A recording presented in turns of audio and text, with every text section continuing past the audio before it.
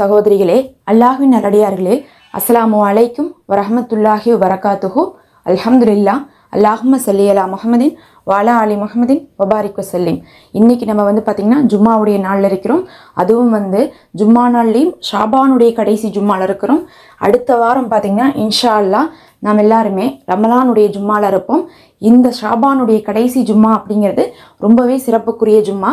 ஏன்னா நம்ம இந்த ஷாபான் மாதமே சிறப்புக்குரிய மாதமாக நம்ம சொல்லிட்டு வரோம்.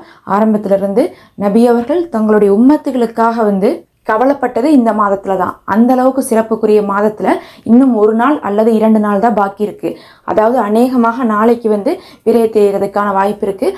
அதனால இந்த கடைசி நாட்கள் நமக்கு ஜும்மா நாட்களாக கிடைத்திருக்கிறதே நமக்கு ஒரு பெரும் சிறப்பு தான். ஏன்னா ஜும்மா நாளாக கிடைச்சா அமல் செய்யாதவங்க கூட அமல் செஞ்சுருவாங்க. அப்போ ஷாபான் மாதத்தில் என்னுடைய உம்மத்தை கண்டுக்காமல் விட்டுறாங்களே அமல் செய்யாமன்னு சொல்லிட்டு நபி அவர்கள் வருந்தினாங்க.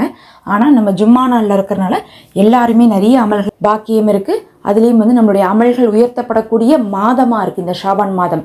அதனால் இந்த நாட்களில் நீங்கள் செய்யக்கூடிய அமல்கள் ரொம்ப பிரத்யேகமானதாக இருக்கணும். அதில் நம்ம இன்றைக்கி 2 திக்ருகள் சொல்ல போகிறோம். ஏன்னா நம்ம நிறைய அமல் செய்ய முடியும், பெருசாக செய்யலாம், நம்ம புதுசாக கூட செய்யலாம். ஆனால் இலகுவாக இருக்கணும், அது அல்லாஹ்விடத்தில் ரொம்ப விருப்பமானதாக இருக்கணும்னா இந்த 2 திக்ரை தான் நம்ம சொல்ல முடியும். ஏன்னா அல்லாஹ்விற்கு இந்த ஒரு திக்ரை விட பிடித்தது இந்த உலகத்தில் வேறு எதுவுமே இல்லைன்னு சொல்லலாம். அந்த அளவுக்கு அல்லாஹ்விற்கு விருப்பமான இந்த திக்ரை இந்த ஜும்மா நாளில் நீங்கள் ஓதி விட்டால் போதும். சுபஹானல்லாஹ், அவனுடைய அன்பு, ரஹ்மத்து, அருள்னு சொல்லிட்டு எல்லாவற்றையும் நீங்கள் பெற்றுக்கொள்ளலாம். அதுவும் ரமலானுக்கு முன்னாடி ஷாபானுடைய கடைசியில் அதை நம்ம பெற்றுக்கொள்ளும் போது நமக்கு ஏராளமான பலன் இருக்குது. அடுத்து வரக்கூடிய ரமலானுடைய நற்பாக்கியங்கள் நமக்கு கிடைக்கும். அதே மாதிரி இந்த ஷாபான்லேயே நம்ம செய்ய வேண்டிய கடமைகளை எல்லாம் செய்தவர்களாக இந்த ஜும்மாவோடு நம்ம என்ன பண்ணலாம், நல்லபடியாக முடித்து கொள்ளலாம். மாதம் பூரா குறைய வச்சுருந்தாலும் கூட கடைசி நேரத்தில் ஒரு நிறையான விஷயத்தை செய்த ஒரு சிறப்பு இருக்கும். இதோட நமக்கான நன்மையும் நல்ல ஒரு பலனும் நம்ம வாழ்க்கையில் தரும். இப்போ அந்த திக்ரை தான் பார்க்க போகிறோம். அந்த திக்ருக்கு நபி அவர்கள் ஒரு 5 சிறப்பு சொல்லியிருக்காங்க. அந்த சிறப்புகளையும் சேர்த்து பார்க்கலாம். அதுக்கப்புறம் அது எப்படி ஓதணும்னு பார்க்கலாம். முதல்ல ஒரு தடவை சஹாபாக்கள்கிட்ட பார்த்து கேட்குறாங்க, நபி ஸல்லல்லாஹு அலைஹி வஸல்லம் அவர்கள், அல்லாஹ் நம்ம பேசக்கூடிய வார்த்தையிலேயே ரொம்ப பிடித்த வார்த்தை அல்லாஹ்விற்கு எதுன்னு தெரியுமா? சஹாபாக்களை நோக்கி கேட்குறாங்க. அப்போது சஹாபாக்கள் யா ரசூலுல்லாஹ், என்ன அந்த வார்த்தை அப்படின்னு சொல்லிட்டு வியந்து கேட்குறாங்க. அப்போ நபி ஸல்லல்லாஹு அலைஹி வஸல்லம் அவர்கள் கற்றுக் கொடுத்தது இந்த வார்த்தை தான், சுபஹானல்லாஹி வபிஹம்திஹி. இந்த 2 வார்த்தை இருக்குது பாருங்கள், சுபஹானல்லாஹ் வபிஹம்திஹி. இந்த 2ம் தான் சேர்ந்து அல்லாஹ்விற்கு நம்ம பேசக்கூடிய வார்த்தைகள்லேயே பிடித்தமான வார்த்தைன்னு சொல்லிட்டு கற்றுக் கொடுக்குறாங்க. அடுத்து 2வது சிறப்பாக இதுக்கு என்ன சொல்லப்படுதுன்னா, எப்படி இது அல்லாஹ்விற்கு பிடித்த திக்ரா இருக்கோ அதனால அல்லாஹு இதை தேர்ந்தெடுத்து உலகத்தில் உள்ள அனைத்துக்குமே வானத்தில் உள்ள அனைத்துக்குமே தன்னை புகழ்வதற்காக கொடுத்து விட்டான்.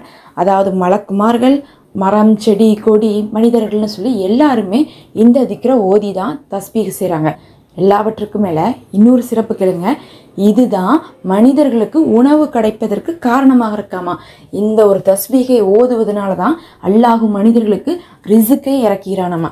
அப்போ எனக்கு சாப்பாடு வேணும், எனக்கு வசதி வேணும், வேலை வேணும், வருமானம் வேணும், கடனெல்லாம் அடையணும்லாம் கேட்குறோமே, இதுதான் உங்களுக்கான ரிசுக்கை கொண்டு வரும். அந்த ரிசுக்கு அப்படிங்கிறது உணவாகவும் இருக்கலாம், செல்வமாகவும் இருக்கலாம். அதனால் உங்களுக்கான எல்லா ரிசுக்கையும் கொடுக்கக்கூடியது இந்த ஒரு திக்ரு தான். இதெல்லாம் இல்லாமல் இன்னொரு சிறப்பு என்னன்னு பார்த்தீங்கன்னா, இதை ஓதுவதனால மறுமை நாளில் மீஜான் தராஸில் ரொம்ப கனமாக இருக்குமாமா நம்மளுடைய நன்மை. இது எல்லாத்துக்கு மேலே கடைசியாக இதை 100 முறை ஒரு மனிதன் ஒரு நாளில் ஓதிவிட்டால் போதும், கடல் நுரையளவு இருக்கக்கூடிய பாவங்களும் துடைப்பட்டு போகும். நம்ம யாருமே கடல் நுரையளவுக்குலாம் பாவம் செய்கிறதில்ல.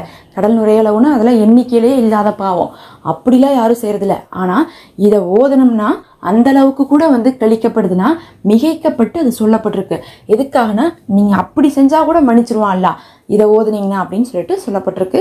இப்போ நம்ம இந்த திக்ரை எப்போ ஓதணும்னு சொல்லிட்டு பார்த்தீங்கன்னா, பொதுவாக காலையும் மாலையும் சிறப்புக்குரிய நேரங்கள். அதாவது ஃபஜ்ருக்கு பின்னாடி இருக்கக்கூடிய சூரியன் உதயமாகக்கூடிய அந்த நேரமும் அசருக்கு பின்னாடி இருக்கக்கூடிய சூரியன் மறையக்கூடிய அந்த நேரமும் அல்லாஹ் வந்து திக்ரு செய்ய சொல்லியிருக்கான். அதுலேயும் ஜும்மா நாளில் பார்க்கும்போது ஜும்மா நாள் ரொம்ப சிறப்புக்குரிய நாளாக இருக்குது. மற்ற நாளை விட அதிகமாக அமல் செய்ய சொல்லியிருக்காங்க. 5 நேர தொழுகைக்கு பின்னாடியே ஓதிக்குங்க. அதுலேயும் லொஹருடைய நேரத்தில் மட்டும் லொஹருக்கு முன்னாடியும் முடிஞ்சால் ஓதிட்டு பின்னாடியும் ஓதுங்க. ஏன்னா அந்த நேரங்கள் தான் அந்த ஜும்மாவுடைய குறிப்பிட்ட நேரம் இருக்குது பாருங்கள். அதாவது ஜும்மாவுக்கு முன்னாடி, அதாவது நம்ம தொழுகிறதுக்கு முன்னாடி, ஜும்மா தொழுகைக்கு முன்னாடி, அதேமாதிரி ஜும்மா தொழுகைக்கு பின்னாடி, அந்த 2 நேரம் ரொம்ப ஸ்பெஷலான நேரம். அதனால அந்த நேரத்தில் வந்து என்ன பண்ணோம், 2 தடவையாக ஓதிக்கொள்ளுங்க. எவ்வளோ தடவை ஓதலான்னா நம்ம 100 முறை ஓதுவது ரொம்ப சிறப்பாக இருக்கும். நீங்கள் நாள் முழுவதும் 5 நேர தொழுகைக்கு பின்னாடியும் ஓதுற மாதிரி இருந்தால் நீங்கள் என்ன பண்ணிக்கலாம்னா எண்ணிக்கையை வந்து ஒற்றைப்படைகளில் நம்ம குறைத்து கொள்ள முடியும். ஆனால் 100 முறை ஓதுனீங்கன்னா ரொம்ப சிறப்பாக இருக்கும். இன்றைக்கி இந்த ஒரு அமலை செய்யுங்க. அல்லாஹ்விற்கு ரொம்ப பிடிக்கும். அவனுக்கு பிடித்ததை நாம் செஞ்சோம்னா நமக்கு பிடித்ததை அவன் கொடுப்பான். அல்லாஹ்வே போதுமானவன். மறக்காமல் சப்ஸ்கிரைப் பண்ணிக்கோங்க. இந்த வீடியோக்கு ஒரு லைக் கொடுங்க. அஸ்ஸலாமு அலைக்கும்.